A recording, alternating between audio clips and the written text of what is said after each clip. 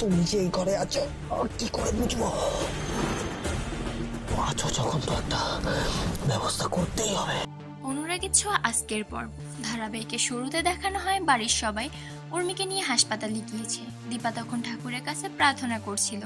সূর্য তখন তার পাশে এসে দাঁড়ায় আর বলে, আপনি ঠাকুরের কাছে প্রার্থনা করুন, আপনার কথা তিনি নিশ্চয়ই শুনবেন। তখন সেখানে ডক্টর চলে আসে আর বলে, রোগীর প্রচুর রক্তক্ষরণ হয়েছে, তাই রক্তের প্রয়োজন। তখন দীপা বলে, আমার আর ওর ব্লাড গ্রুপ এক, আমি ওকে রক্ত দিব। তারপর ডক্টর দীপাকে সেখান থেকে হাসপাতাল রুমে নিয়ে যায় উর্মিকে রক্ত দিতে।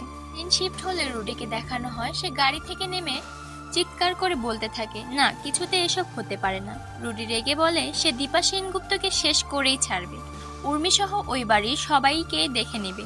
কিন্তু কুন্তলা রুডিকে বোঝানোর চেষ্টা করে, তুমি ছদ্মবেশ নিলেও ওরা চিনে ফেলবে, তোমার ওখানে যাওয়াটা বিপজ্জনক হবে, আমি মা হয়ে কি করে তোমার ক্ষতি সহ্য করব।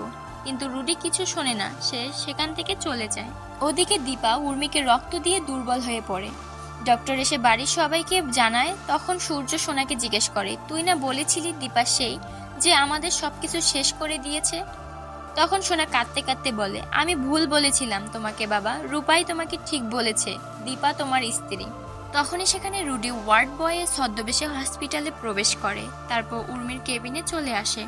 অচেতন হওয়া উর্মির পাশে কিছুটা ঝুঁকে বলে, তোমাকে তো কিছুতেই বাঁচতে দেওয়া যাবে না, কারণ তুমি বেঁচে থাকলে আমাদের বিরুদ্ধে সাক্ষী দিবে। ঠিক তখনই দীপার জ্ঞান ফেরে। সে রুডিকে দেখে বলে, ওটা কে? ঠিক চিনতে পারছি না, চেহারাটা খুব চেনা চেনা লাগছে। দীপা তখন খুব কষ্ট করে বেড থেকে উঠে হাতে একটা সার্জিক্যাল ছুরি নেয়, সেটা দিয়ে রুডির আঘাত করে, কিন্তু রুডি অজ্ঞান হওয়া ওষুধ দেয় দীপার উপর। তারপর রুডি উর্মিকে নিয়ে সেখান থেকে পালিয়ে যায়। দৃশ্য পরিবর্তন হলে লাবণ্য হঠাৎ করে বলে, রক্ত কোথা থেকে আসলো? তখনই সবাই তাকায় যে একটা রক্তাক্ত পায়ের ছাপ উর্মিদের কেবিন থেকে বেরিয়ে বাইরে চলে গেছে।